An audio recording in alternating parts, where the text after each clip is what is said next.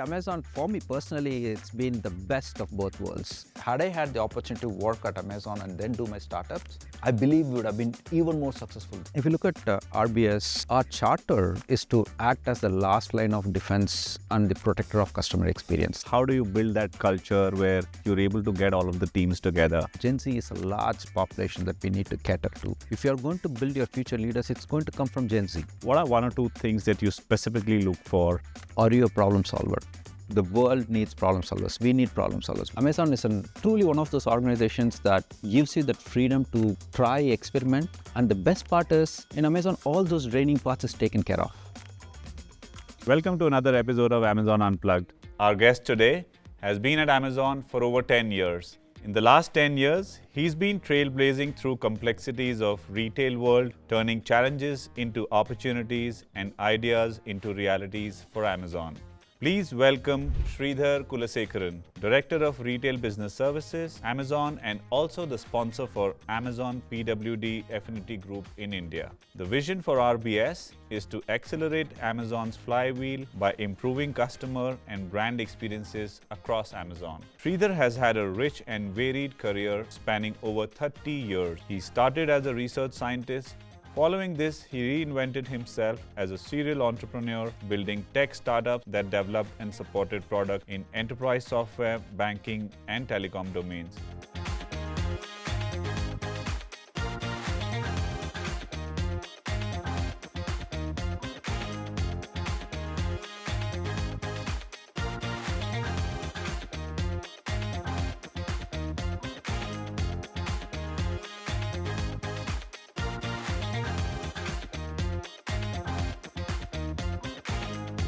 Thank you for joining us today, Sridhar. So, as a research scientist predicting weather models, did you also get a chance to go into the field? You know, it reminds me of those movies that I see, the storm chasers, you're going in the field and, did you get that opportunity as well? Yes.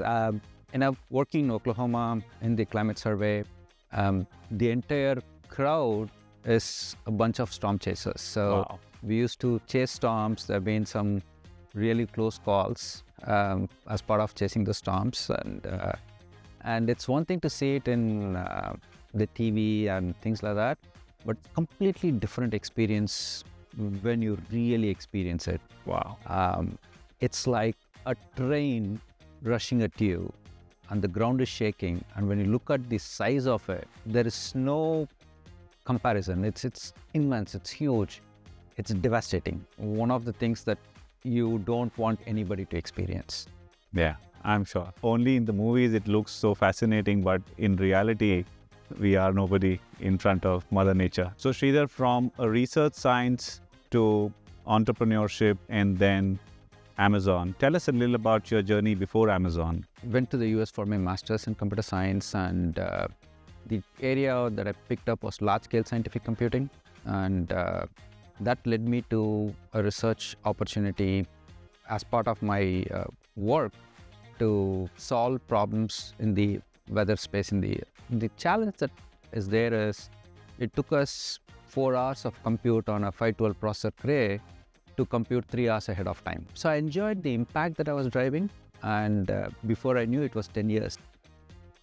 When I started looking for something else, I had a couple of opportunities. Amazon was happenstance. But when you look at your learnings from the entrepreneurial stint to how Amazon operates, what do you see are some of the similarities, and how are you using all of those learnings from being an entrepreneur to how Amazon operates today, and how you bring it to the table? One of my biggest fears coming into Amazon is, in the startup world, you have a lot of freedom, you have a lot of liberty.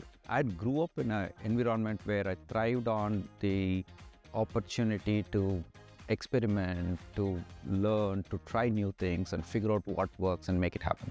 I was worried I would lose that in a corporate like Amazon, but to my pleasant surprise, that never happened. Amazon is truly one of those organizations that gives you that freedom to try, experiment, and the best part is, in Amazon, all those draining parts is taken care of.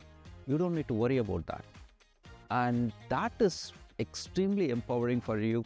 All you need to do is think of the customer, figure out what the problem is, figure out what's the best solution, experiment, try, learn, and drive, and the impact that you have of your solves, the blast radius is phenomenal, and that's also extremely invigorating.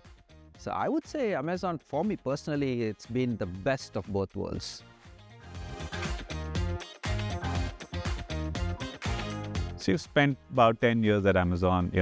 You've done varied roles from being a technical program manager to now running retail business services across multiple countries.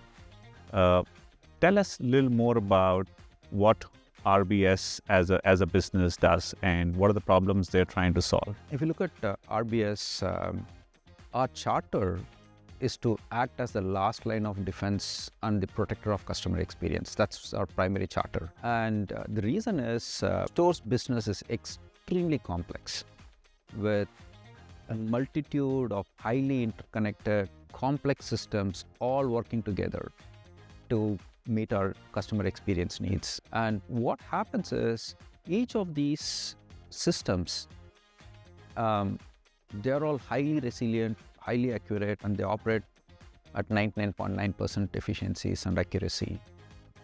But when something has to pass through 10 systems, and each of them is operating at 99.9%, and when you're processing billions of data, the defect rate is in the millions.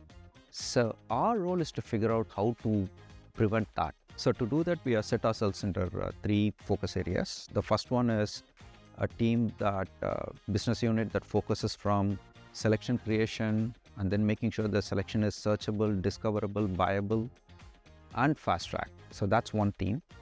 The second team focuses on the buying experience part of it. When you come to our website and when you're looking to buy a product, does the product have all the required information for you to make the right buying decision? And post buying it, did the product really meet the purpose for which you bought?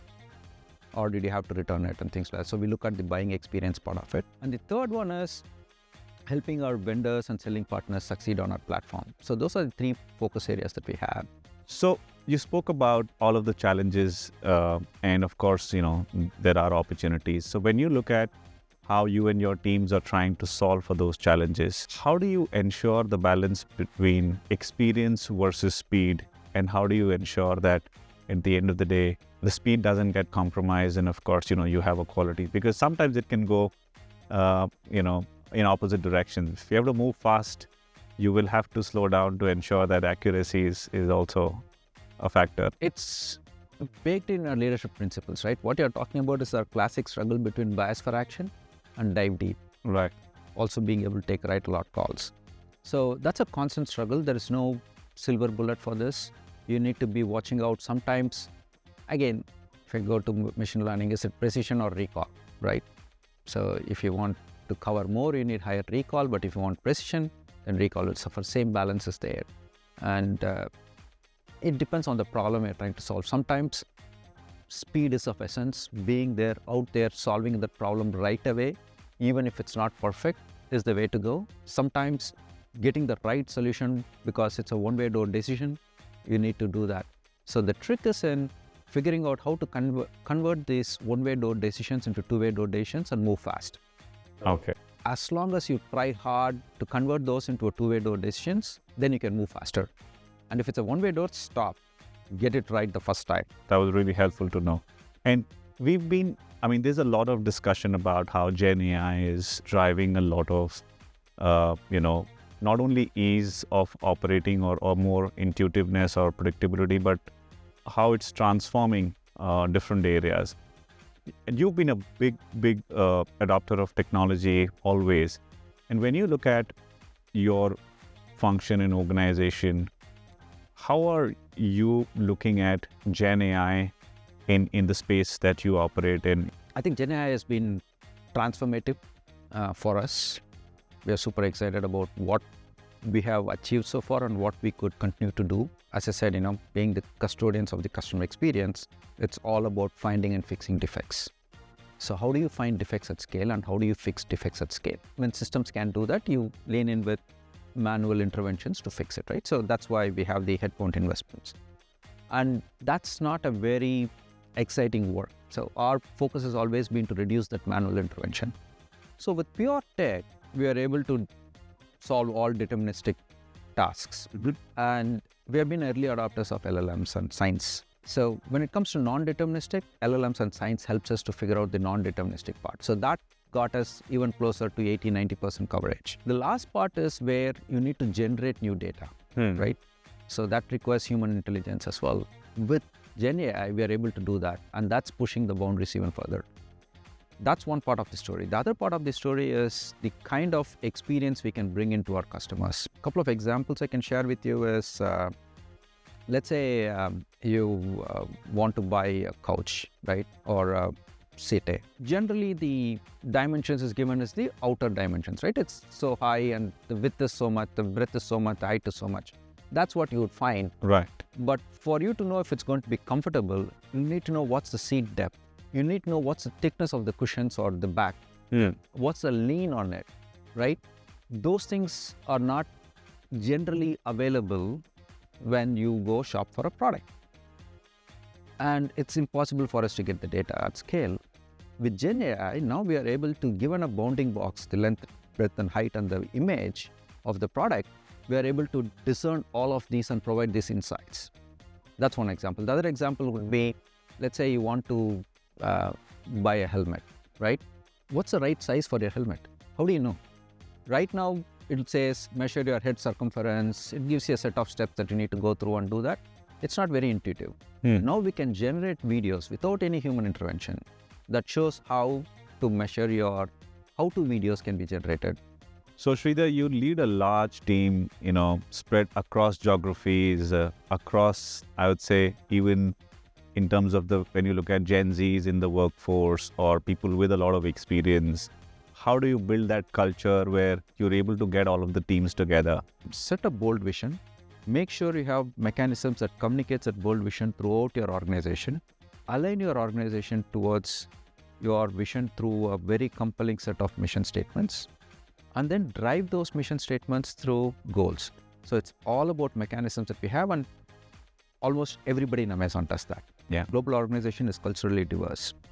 Being able to understand when somebody from a region says something, having the context of why they are saying it is very important. Then you would be able to understand them better, and you would also be able to take their inputs and consume them towards what would give you the best output.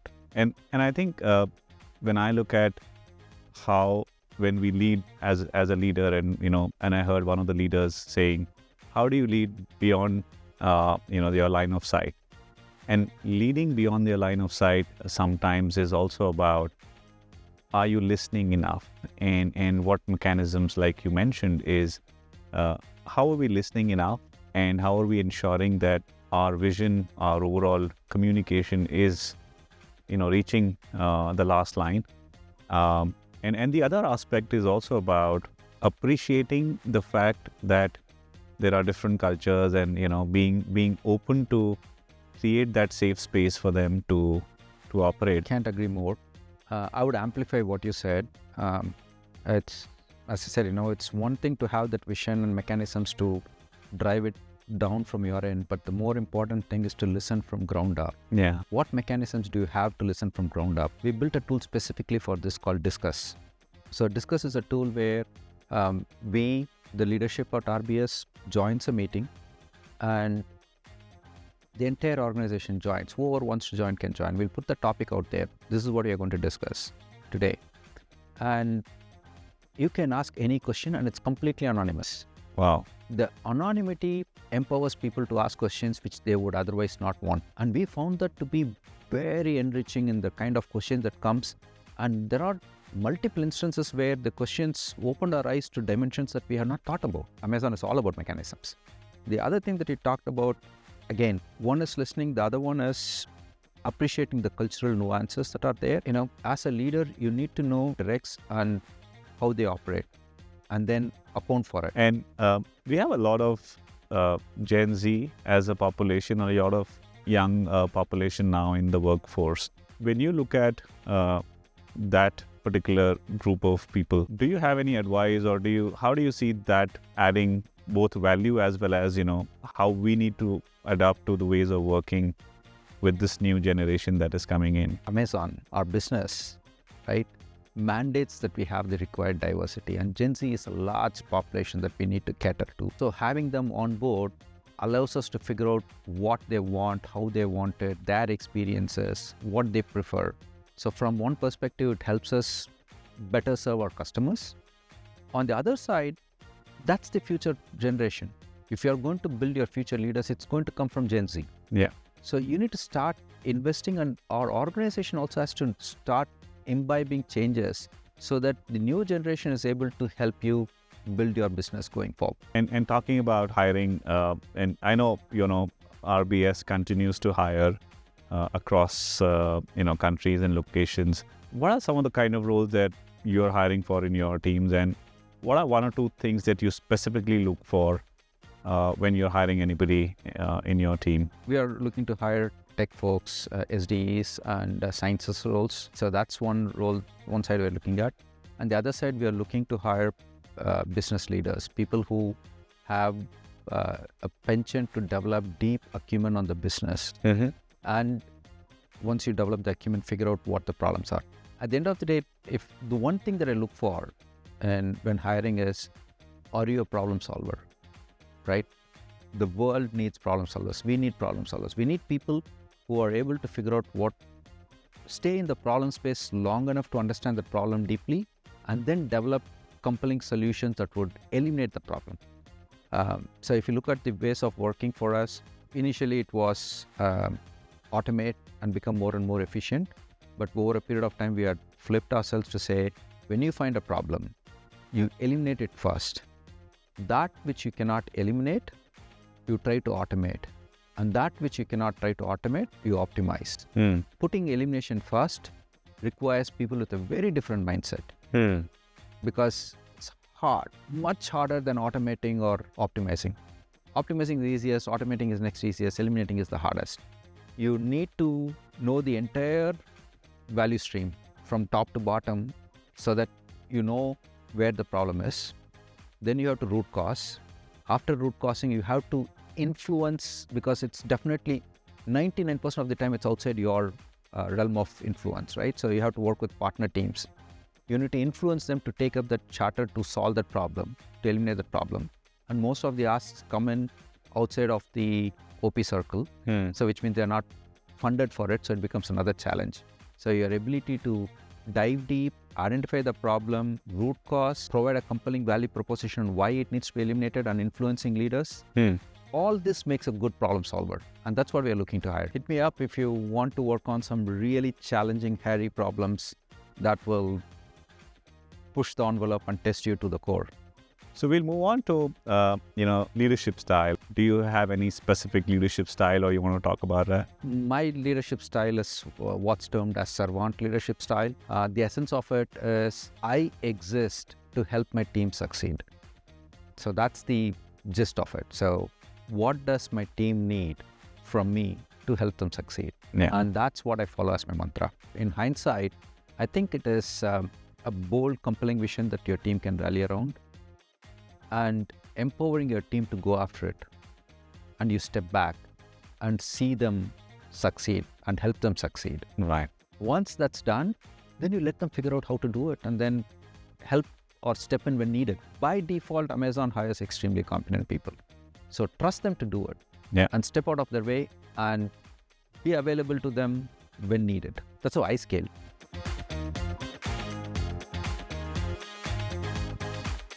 Thank you, Sridhar. That was really insightful. Now, for our next segment, I want to invite a fellow Amazonian who is also the president of the Amazon PWD Affinity Group, Mrunmaiy Abrol. Mrunmaiy is a para-athlete having won multiple medals at prestigious national and international competitions. Her recent accomplishment includes representing India at the 2023 World Para-Athletics Championship and the Italian Grand Prix. Despite sustaining a life-changing spinal cord injury, Mrunmaiy's determination has only grown stronger. Today, she thrives as a Senior Manager External Affairs, Amazon India, applying her creativity and expertise.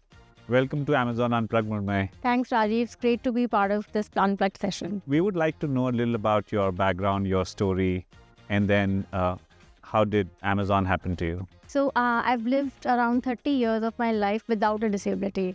Like any able-bodied person, I was very active physically, participated in car rallies and so on. But around 13 years back, I was part of a road accident.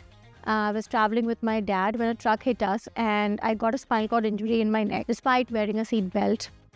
And a spinal cord injury in neck means my brain is not able to communicate with my body below the shoulders. So it's actually 90% paralysis of the body. Now, when I was in the hospital, the doctor told my dad that she's going to be on the bed for her entire life. But thankfully, because of my friends, we found out about the Indian Spinal Injury Center in Delhi. That's where I went for rehab for around 8-9 months. And I learned about life hacks. A spinal cord injury is permanent. So we have to learn about how to live life despite the disability. And coming to my professional life, I've always been in technology, public relations. Technology is a very big passion for me. So I was part of a PR agency earlier, and I've worked in evangelizing different types of technologies. Even when the internet was new, I was working with a browser company, and my role was to just evangelize how to use the internet. And I think that's what was my stepping stone into the world of Amazon. There was a role in the devices team. At that time, it was just Fire TV and Kindle.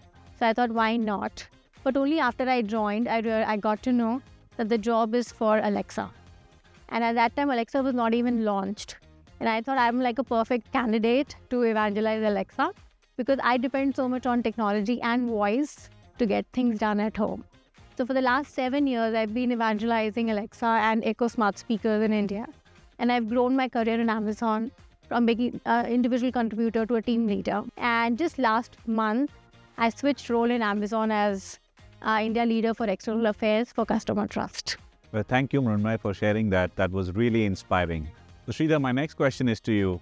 As the sponsor for Amazon PWD Affinity Group, what does the group do and what is your involvement and how do you drive some of the work? This is a area that I'm super passionate about, and it's completely driven through a volunteer group. So we have volunteers from 5 VP organizations that are trying to drive inclusive PWD inclusion in Amazon, and we have multiple work streams. So we focus on hiring, training, retaining, and helping PWD grow within Amazon. Each of it is driven by a PWD leader, and we had been able to make some really good strides in the last couple of years. Could you share, some of the examples of how we are making it easier for us to include, people with disability within Amazon? I think both of us can answer, but Mrunmaiy, why don't you go and then I'll lead off of you. Thanks, Sridhar. So I'll talk from the PWD Affinity Group perspective. So like Sridhar mentioned, it's a volunteer group. So we have people with disabilities as well as allies who want to contribute in making Amazon an inclusive place, a part of the Affinity Group. Some of the activities we do to increase inclusion is raise the profile of PWD Amazonians so that others can see that, hey, there are people with disabilities contributing equally to the business of Amazon, right? And Amazon has hired people across disabilities, from autism to ADHD to physical disabilities to vision disabilities, hearing disabilities, and it's a very long tail of disabilities that we cover. So it's important for people to see that people with disabilities are equally passionate and involved and be a regular part of Amazon. Another thing we do is organize sessions like fireside chats, etc. This is basically to demystify the world of disabilities. What a disability is, what are the limitations, what can we do? But otherwise, there are a lot of myths associated with what PWD can do and cannot do. So these sessions help to demystify myths that hiring managers or peers might have, How do I assess a PWD employee? Right. How do I approach a PWD colleague? Can I help them or not?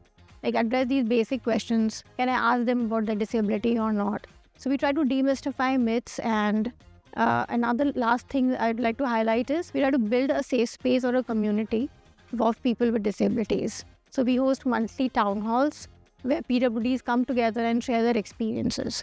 So this helps us to become a voice of customer at internal forums with leadership and other sessions. To add to that, I think we look at it in being inclusive, right? So the first one is we want to drive inclusivity across all levels, right? From entry level to the leadership, we want to be able to have adequate inclusive representation on PWDs. The second one is we want to make sure that we provide all the required support, be it accessibility in terms of physical accessibility to our buildings, to our to all the tools that we have, to all the work that they need to do. Make sure that we are providing everything that's needed to help them succeed. The third one is allyship. Mrunmaiy touched on it as well. It's very important that we help people understand how they can be allies. So being sure that we are using the right terminology, making sure that person is comfortable, understanding who is coming in and what support they need. So that's on the hiring. That one part of it. The second part of it is sensitizing the manager on what and why and how. And then the team, once they come on board, sensitizing the team and their teammates on what they need to do to become supporters and allies. Our goal is to ensure that A, we are inclusive, and B, the entire organization understands and brings in the culture of inclusivity. And as a president of the PWD Affinity Group, are there 2 or 3 big areas that you're trying to solve for, and what are those focus areas for you and your teams? Although Amazon is like way ahead in terms of PWD inclusion, we have different teams like disability accommodation team, which helps in providing workplace accommodations. For example, I have an accommodation where I can travel with a caretaker because I need assistance with daily living activities. Similarly, every disability requirement is different. So we work with the accommodations team, and the requirements could be very varied, and the disability accommodations team need to assess them at every level. So we try to work with them to educate them about what different requirements are. So that's one area of supporting PWD candidates. And second is our vision is we want to be more inclusive at retaining more PWD candidates.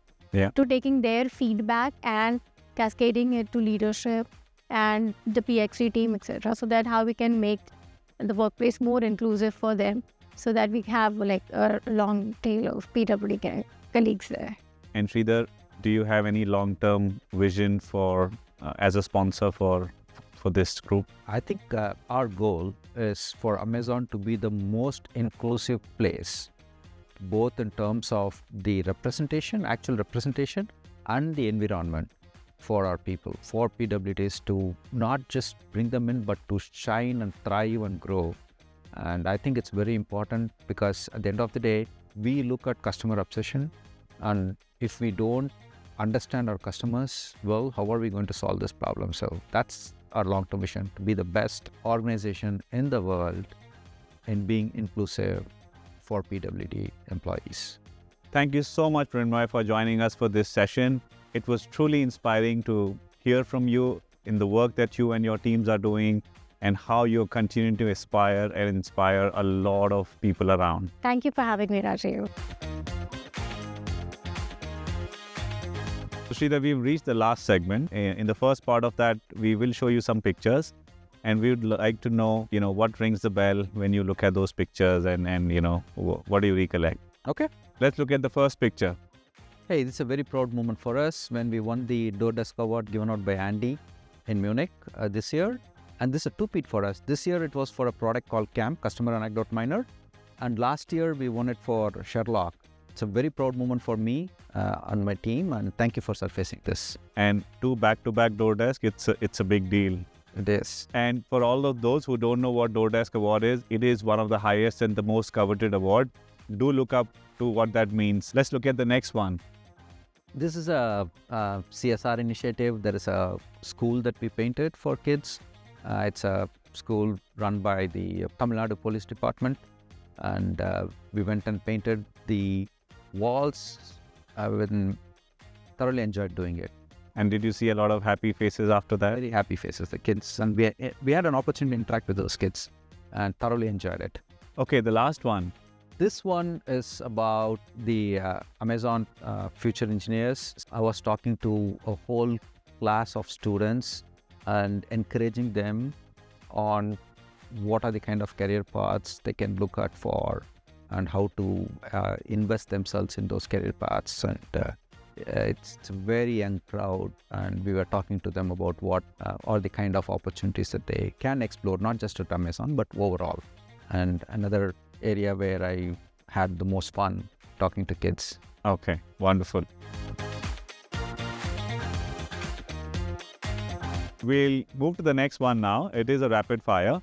And I'm going to ask you some questions and would like to know your first response within the first 3 seconds. Okay. If you were not doing what you are doing currently, what would you be doing? I would love to, and I still would do someday, go teach. My sweet spot are probably targeting the 11th and 12th graders, because there's a lot of help that comes from the college, but that's an area where the foundation is laid. Interesting. Thank you. Is there a particular hobby that you're deeply invested in? Very deeply invested in aquariums, vivariums, paludariums. So that's something that I love. And my home is a mini zoo of sorts. And is there a personal mantra or motto that you live by?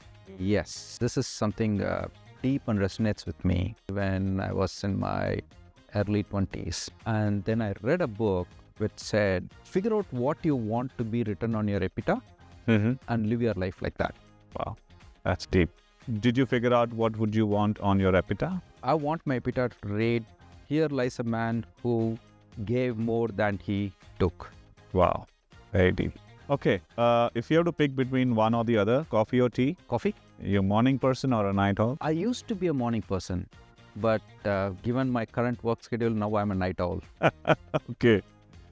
Books or movies? Movies? Used to be books, now it's movies. Again, it's changed. Okay. And if you were to given a choice between visiting a heritage site or a science museum? Hard to pick. I would do both. I thought you would say science, given how much you've used that throughout. It is, but I truly believe in learning about our different cultures. So wherever I go, given an opportunity to visit a heritage museum, I would do that. Okay.